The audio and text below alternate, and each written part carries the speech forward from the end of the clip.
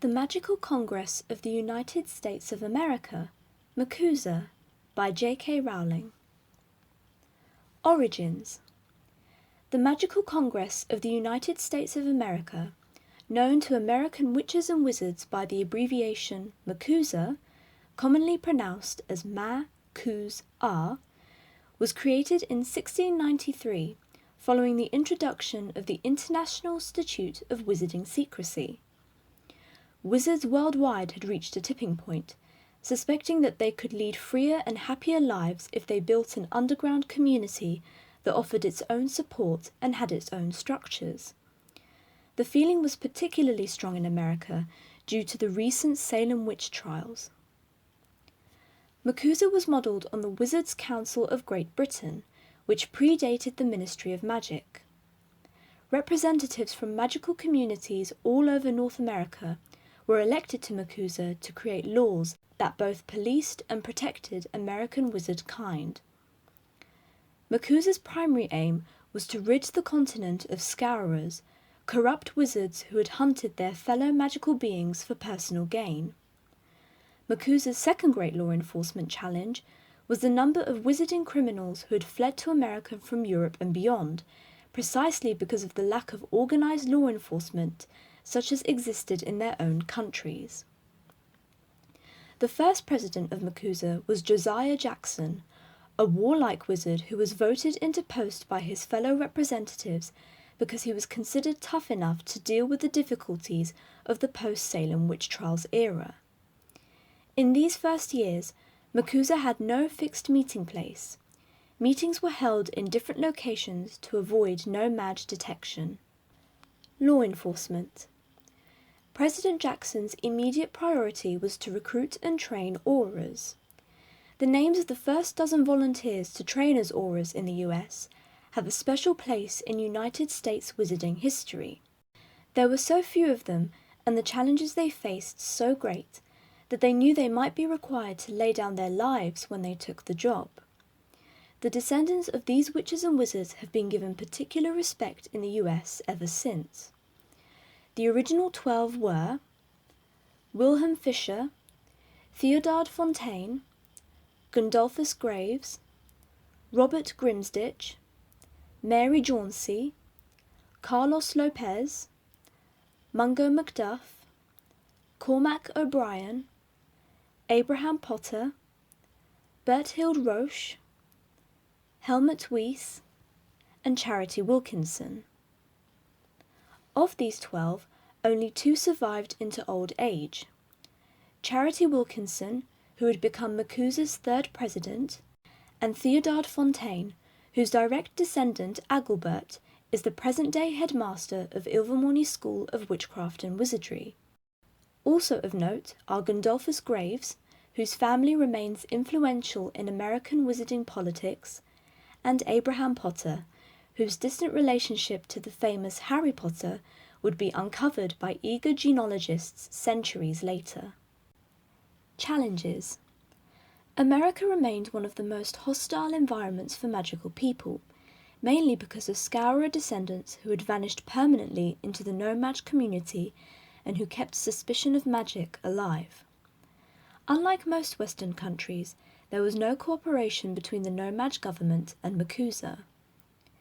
Initially, an enchanted edifice was created in the Appalachian Mountains as MACUSA headquarters, but over time this became an inconveniently remote location, especially as wizards, like no-mages, were increasingly congregating in cities. In 1760, MACUSA relocated to Williamsburg, Virginia, home of the flamboyant President Thornton Harkaway. Among many other interests, President Harkaway is credited with breeding Krupps, dogs that closely resemble Jack Russells apart from the forked tail. The Krupp's devotion to wizards is only surpassed by its aggression towards non-magical people. Unfortunately, President Harkaway's pack savaged several local no-mages, who afterwards were only able to bark for a period of 48 hours. This breach of the Statute of Secrecy led to Harkaway leaving office in disgrace. It might not be coincidence that Williamsburg was the first city in the US to have a dedicated psychiatric hospital. Sightings of odd happenings around President Harkaway's residence might account for the admission of no-Majs who were, in fact, perfectly sane.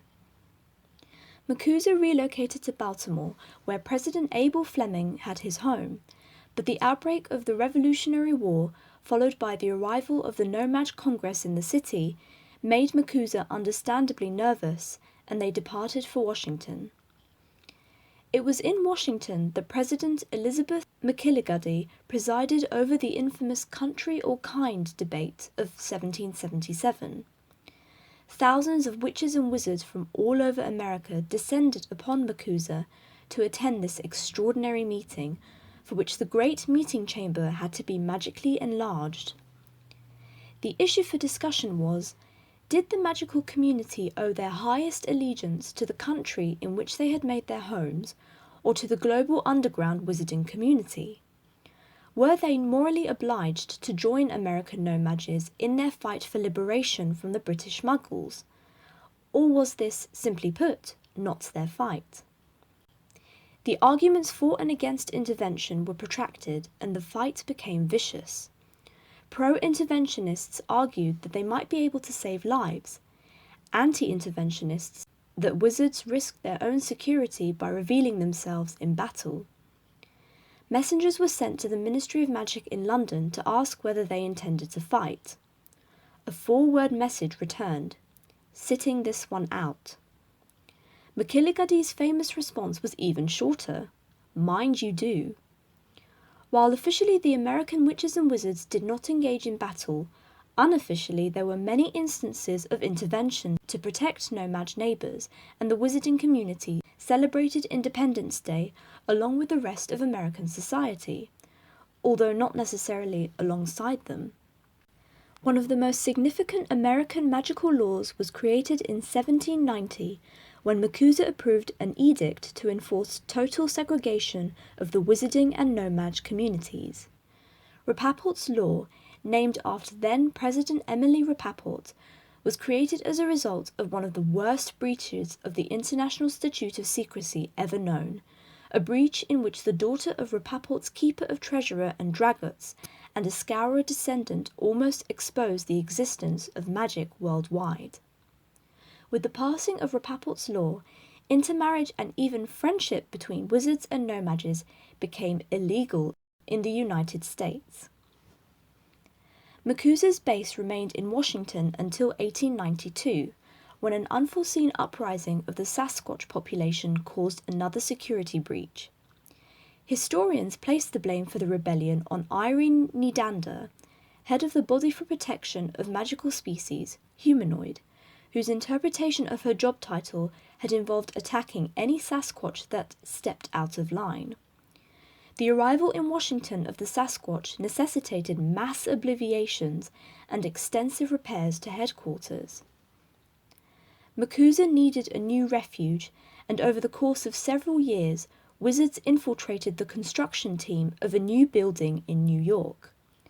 By the time the Woolworth building was completed, it could both house no-Majs and, if activated by the correct spells, transform into a space for wizards.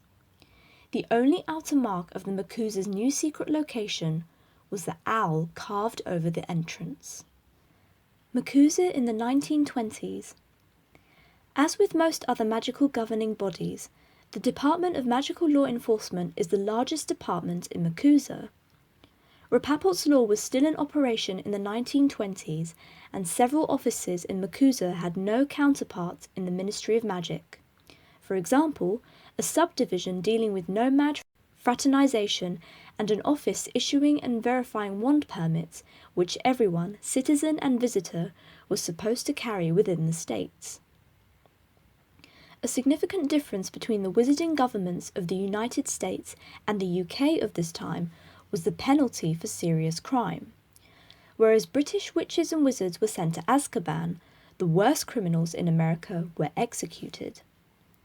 In the 1920s, the president of MACUSA was Serafina Piquery from Savannah. The Department of Magical Law Enforcement was headed by Percival Graves, a well-respected descendant of one of the original 12 American Aurors.